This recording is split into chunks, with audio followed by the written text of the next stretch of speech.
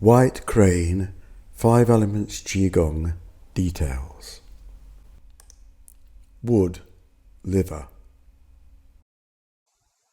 Details of the liver. It runs all the way up from here down to about here. It's really quite a big organ. So by curving the body, we can press the liver gently. Then we relax it, then we stretch it. Then hang straight, relax it again. So it's important to relax in between. Compress as you push forward, push the spine backwards. Also works a lot of muscles up the spine. Then as you pull back, push the belly forward. It's a curve, so it's not leaning back because you might fall. Push the belly forward and keep your centre of gravity between your feet. Push back with the arms. Again, it's good for the shoulders, rib cage, spine, even the tummy muscles. Then gather back to the waist. The second part involves pushing backwards, leaning forwards, pushing the lower spine backwards. As you come forwards, the right hand comes under the left, and it's almost like a limbo dance. Curve again, with the hands coming over the head, opening and coming in. Gather towards the dantian, then push back. Push the spine back. It's not just the bum, it's not this, it's this. And your bottom goes back a bit. The second one, the left hand comes underneath just to balance things out. Curve, gather, and so on. Again, it's just to massage the liver. Fire, heart. To massage the heart gently, help clean it out. We stretch outwards and backwards. This helps the shoulders as well, and the rib cage and the spine. But your mind should focus on your heart. So when you're stretching, you actually flex the hand, make this mudra, like that. And that increases the tension along this line here. We pull back with the elbow, push forward with the opposite hand, actually push back, and the shoulder blades move towards each other a little as well, which expands the chest. All this creates a little bit of pressure on the heart. Stretch, stretch, stretch, breathe in, lift the chest a little, and then suddenly let go. It's equivalent to putting your foot on a hose pipe when water's pumping out. When you take your foot off, having blocked the water, it suddenly gives an extra spurt. So the idea is to give an extra spurt of blood through the heart, which helps clean it out. So first of all, we compress it, then relax. Obviously we'll work both sides, press it, and relax. Bending the legs actually strengthens the legs, but also pumps blood when you bend your knees and then do that. So it helps to relax the heart, because your legs are actually pumping blood. So by stepping out and sinking, suddenly releasing, and then coming back again, your legs help the heart to pump blood around your body. Earth, spleen. The spleen is a small organ, part of the lymph system, and it cleans out the blood and helps the immune system tremendously. So to massage the spleen, it could be on either side. Doesn't matter whether you're right-handed or left-handed. So to be sure that we massage the spleen, we do both sides. What we're actually trying to do is stretch the sides, both sides. And when you reach back here, and then push this back here, you should try and feel a diagonal stretch across the whole body. And you try and open in this dimension. It's both sideways with your rib, this way, and backwards as well, again. That's the reason why you pull back. On the second time around, we actually massage the area.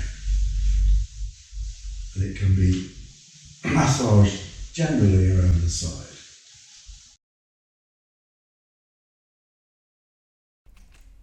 Metal lungs. To extend the lungs, in Tai Chi, you breathe into your dantian, your belly. So when you breathe in, you expand your belly. When you breathe out, let it go back in a relaxed way to where it was. When you're working the lungs, it's quite good to also get the rib cage to move. So in Qigong, we often tend to expand the ribs and pull the tummy in. So you breathe in, extend the chest. So to help you extend the chest, this is where you push your elbows back, you put your thumbs on lung 2, it's called. The clavicle is the bone, you can feel just below the shoulder top, and if you run your first finger along, if you drop your shoulder forward and down, you'll feel it close. Lift it up, you'll feel it open. Push it back, it opens more. So, very important, the position of your clavicle.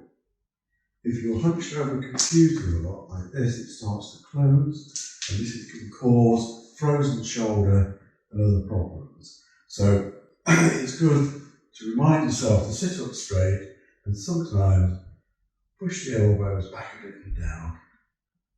Again, working the shoulder blades towards each other. So all of these exercises are not just specifically for the organs mentioned, but if you concentrate your mind, then you can focus on the organ that you're working on. So if you're working on lungs, think about the lungs. Try to feel the lungs, so your mind and body are in connection. Stretching, and then compressing. Help keep the ribs flexible. They tend to get more brittle as you get older, so it's important to move the ribs. So a lot of this is to work the ribs, relax in between. The lower part, actually push the lowest part of your spine forward. That's the lordosis there. Then the middle part of your spine, then the upper part of your spine, between the shoulder blades, then look up. So also your spine is getting a good workout. Then try and think of the energy coming into your lungs and then flowing down to your dantian. Water, kidneys.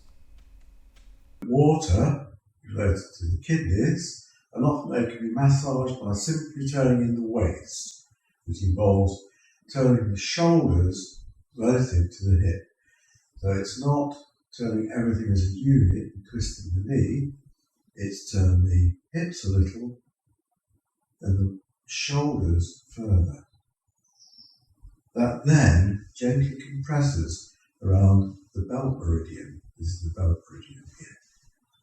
So, to massage the kidneys, again, it's good to involve your mind. So your mind tries to picture and feel where the kidneys are. So the turning is not done with the arm, like this, it's done with the body.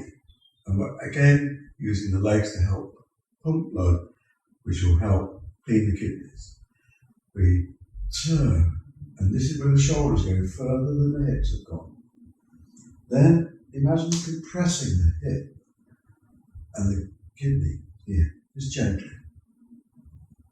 Imagine energy running from the air into the elbow, into the kidney. Then relax and bring the energy in your mind, your belly, down to you.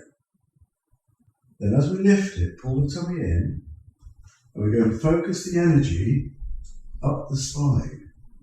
So gradually push the spine backwards here, lifting the curve and the energy lifts between the shoulder blades. Now relax, hang straight, extending the arm as you turn the body. Remember to turn the body, don't just use the arm.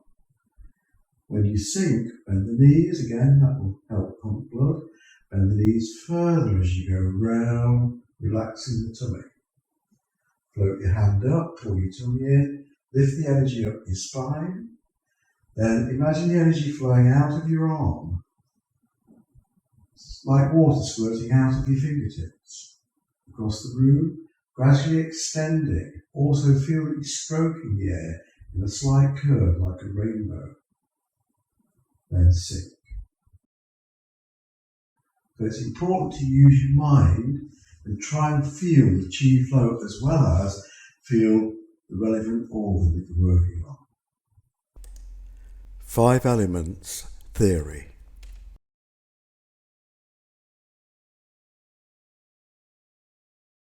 A brief explanation of the 5 Elements Theory.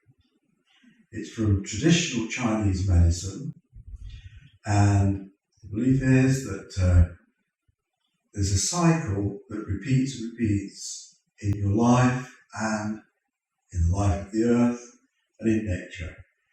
And in Chinese philosophy, they boil it down to 5 elements. The traditional English one only had 4, but that's quite typical. The Chinese like the number 5. And we begin with wood, and wood produces fire. So fire is the next natural element. Then fire, when it's burnt wood, produces earth.